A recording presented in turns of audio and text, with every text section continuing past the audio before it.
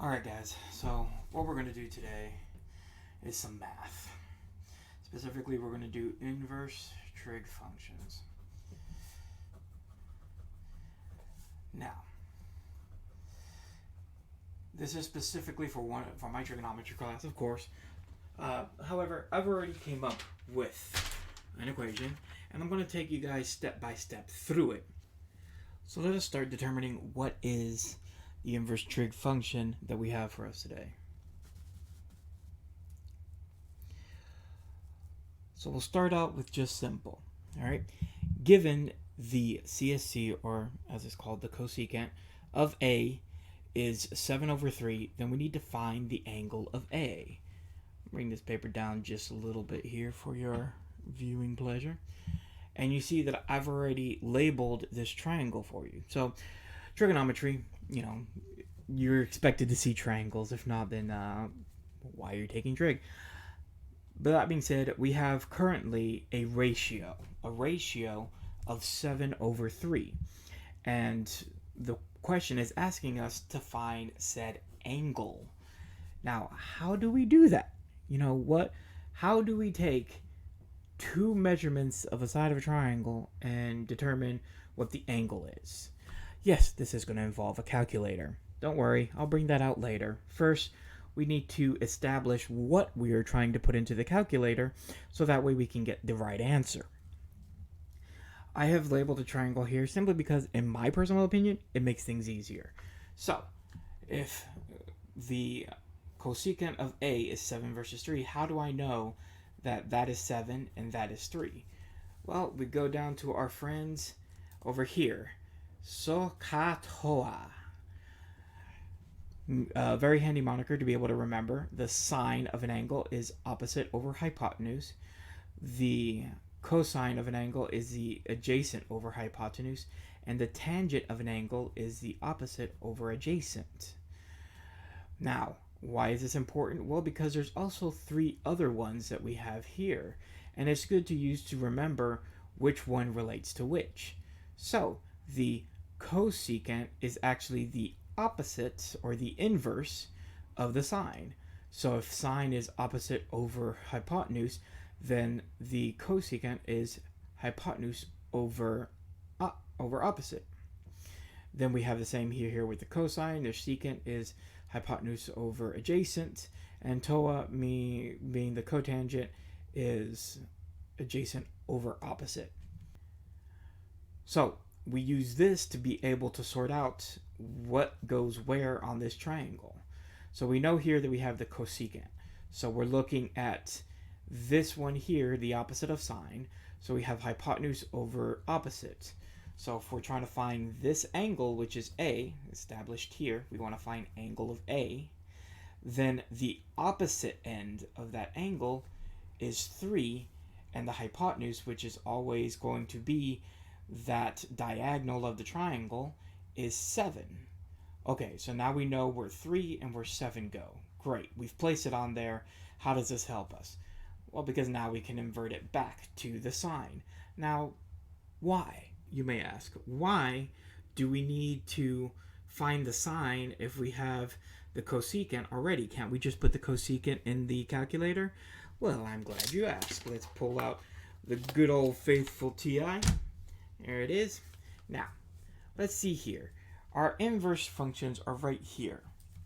Let's see if we can bring that in a little bit closer so you can see. Well, you can't. Anyways, just trust me, all right? We have here the sine, the inverse sine, inverse cosine, and inverse tangent. And then we have sine, cosine, and tangent. But there is no cosecant, secant, or cotangent. So how do we then take that information and turn it into something we can actually put into here to the graphing calculator? Well, this is where this little handy table comes up from. I've also written it here so you guys can see a little bit better as well. So let's move all this up here. All right, and let's explain what I'm showing here. So you have your three trigonometric functions, your sine, cosine, and tangent, right? You can take any angle and turn it into putting it into sine, cosine, or tangent to be able to get a ratio. Normally is described in 0.7s, blah blah blah blah blah. In this case, we actually have the divisional fraction, not 0.7, but it's a decimal is what it is, because we're working off of the unit triangle, which is a topic for another video. Anyways, so we use that angle, sine, cosine, tangent to find a ratio. But if we start with a ratio, then we use the inverse of the sine, cosine, and tangent, the inverse function, aka that's why we're doing the inverse function, to find the angle, which is what it's asking us for here. It wants to know the angle of A. It knows the ratio, it just it wants to know the angle. But since we can't put in our calculator the cosecant of 7/3, then we need to figure out a way to be able to convert that back. And that is where this is important. You see, because these are the inverse of each other, if we know the cosecant, which is hypotenuse over opposite, what happens if we flip it? Well, then we get the sine, right? So, clearly, if the cosecant of 7 and 3, we will flip it to make a ratio of 3 to 7. So now we have our 3/7 ratio, and this is in sine. So we know then that we can use the inverse sine to be able to find the angle, because we used regular sine to find a ratio. If we want to go back to an angle, then we use the inverse, represented by this -1. Are you still with me? Probably not. We're going to continue anyways. So, given that now we have these ratios, we can then plug them into our trusty calculator. Yay! All right, turn on. Let's go ahead and clear that. So what are we looking for here? All right. Well, first we need to make sure under mode we are in degrees, because we can put anything we want in here, but if we're not in the degree menu, then it's not going to be much of use to us. We are in the degree here, so we'll go second quit, and we'll go ahead and see, okay, so now I have my sine, but I need to take my ratio of 3/7 and turn it into an angle that I can use. Well, great. We're going to go ahead and do second, and on top of the sine, the little blue there for mine, is the inverse sine. So you have sine -1, and then it opens up the parentheses for you because it's being handy, right? It's asking you at this point, hey, you want to find the inverse of sine. That means you have to have a ratio. You can either put it in decimal or in fraction, but I need you to give me the ratio. It's like, oh, well, I can do that. We figured out our ratio was 3/7, right? So we'll do 3 divided by 7, close the parenthesis. I get into the habit. Technically, you don't have to, but sometimes if you don't, things tend to go wrong really quickly. Just make it easier on your life, okay? So we're looking for the inverse, and we hit enter, and boom! It gives us 25.376933353. What does that mean?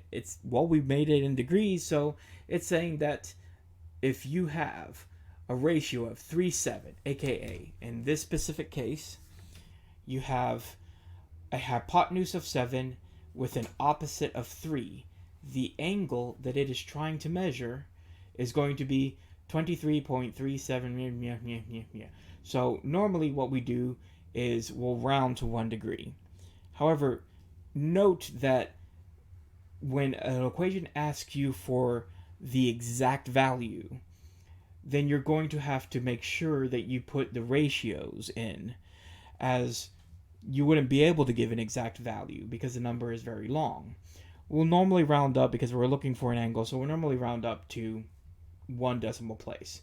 So in this case, that makes ours 25.4.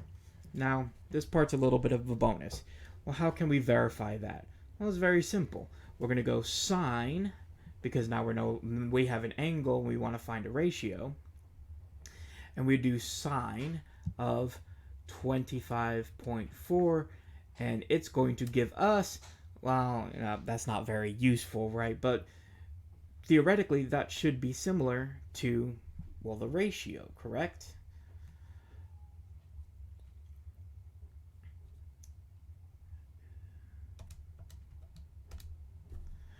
And if we do that, 3 divided by 7, you get the same numbers. Well, almost. You see how it's not quite exact? 428 is fine, but then it goes 9714 versus, or 9351 instead of 5714. So when you do rounding, you introduce rounding errors. So always keep that in the back of the mind when you're doing any function on a calculator. However, for this case, we only need to round to 1 decimal point, so that makes our answer 25.4. I thank you for going on this little excursion with me. Hopefully you learned something new. If not, well, 'tis life. This last part here is for my professor. I just want to let her know that I am redacted. Also redacted. And I attend a school in the United States of America on certain days of a 7-day work week from a certain time in the morning to a certain time in the evening. All of this has been redacted.